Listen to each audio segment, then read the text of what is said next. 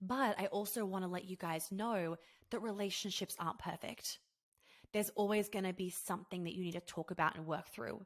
And if at any moment, whenever there's like a rough moment in a relationship or whenever there is a little bit of a hurdle to get over in a relationship, if your default is to leave and get on the next app and swipe because it gets a bit hard, you're probably doing the exact same thing to yourself and in some other area of your life.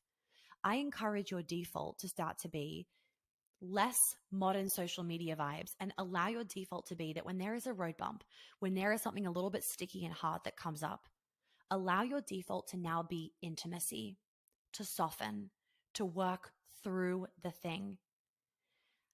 Our modern society is teaching us that when something gets hard, just swipe left, turn away, there's something else. It's this shiny object syndrome. And I encourage us to all take a little bit of an old-fashioned twist to things.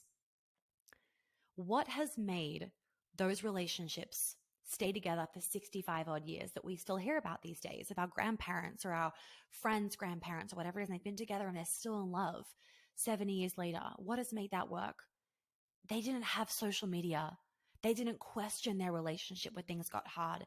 They didn't label the person as gaslighting, a narcissist, or this or that. And it doesn't mean that there aren't narcissists and that people don't gaslight. It doesn't mean that. It means that we need to stop just slapping a label on something and then turning the other direction, because we deserve more as women. And we're independent and we're not going to fucking put up with this shit. Like, yeah, there is an element of that. I don't put up with fucking shit. But if there is little bits of shit every once in a while, I'm sorry, but if you love the person, that isn't a reason to leave, in my opinion. Like, there are hiccup moments in my relationship. There are moments where I'm like, oh, this shit is so fucking frustrating. Why are we like not seeing eye to eye on this? Like, why are we butting heads? But it is so small in comparison to the rest of the things, because whenever those moments happen, as soon as we drop into intimacy and we communicate, or we just pause and go, you know what, babe, it's fucking late. Let's revisit this tomorrow with a clear head. As soon as we do that, the problem's over.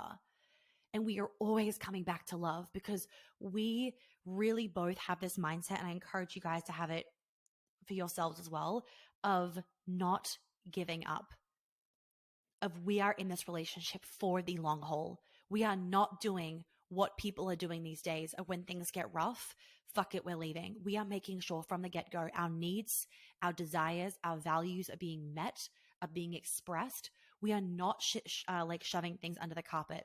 We do not allow resentment to build. We are not available for any of those things, because we know that is what causes people to cheat, people to stray, people to leave. We see each other, we are intimate with each other, we are present with each other. And that is what is important, because if you are those things with your partner, they're not going to feel like they're not seen, or they're not valued, or they're not wanted. Because if there is a norm to be communicating like that in the relationship, and to be seen like that, and to be deep like that, you would never sweep that shit under the rug. It would be so blatantly obvious, because you guys are that fucking connected. When the two of you are disconnected, that's why these things go unnoticed, because you're connected to your phone more than you're connected to that other person.